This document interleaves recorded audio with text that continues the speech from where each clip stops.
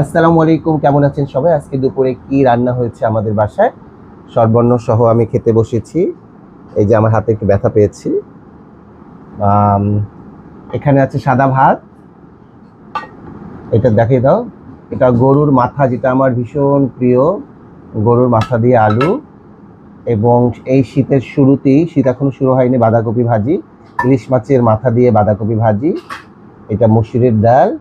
আর এটা বরিশাল থেকে রান্না হয়ে এসেছে হাঁসের মাংস।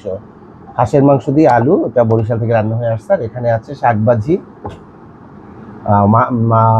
মাছের ফ্রাই এবং শাকভাজি। আজকে এইটা দিয়ে খাওয়া দাওয়া হবে। তুমি কোনটা দিয়ে শুরু করবা বলো? মাংস, হ্যাঁ, হাঁস না গরুর মাথা? দুইটাই। দুইটা মিক্সড করে কেউ খেতে পারে? দুইটা খেলে তো পেট পেটে ব্যথা উঠবে। আমি না। কোনটা দিয়ে খাবো তুমি সিলেক্ট করে দাও। আমি কি বাঁধাকপি ভাজি আগে খাবো? নাও। তাই? তুমি আজকে 2 প্লেট ভাত খাবা? আচ্ছা। ঠিক আছে। ওকে। ওকে, তাহলে ঠিক আছে, আল্লাহ হাফেজ। হ্যালো।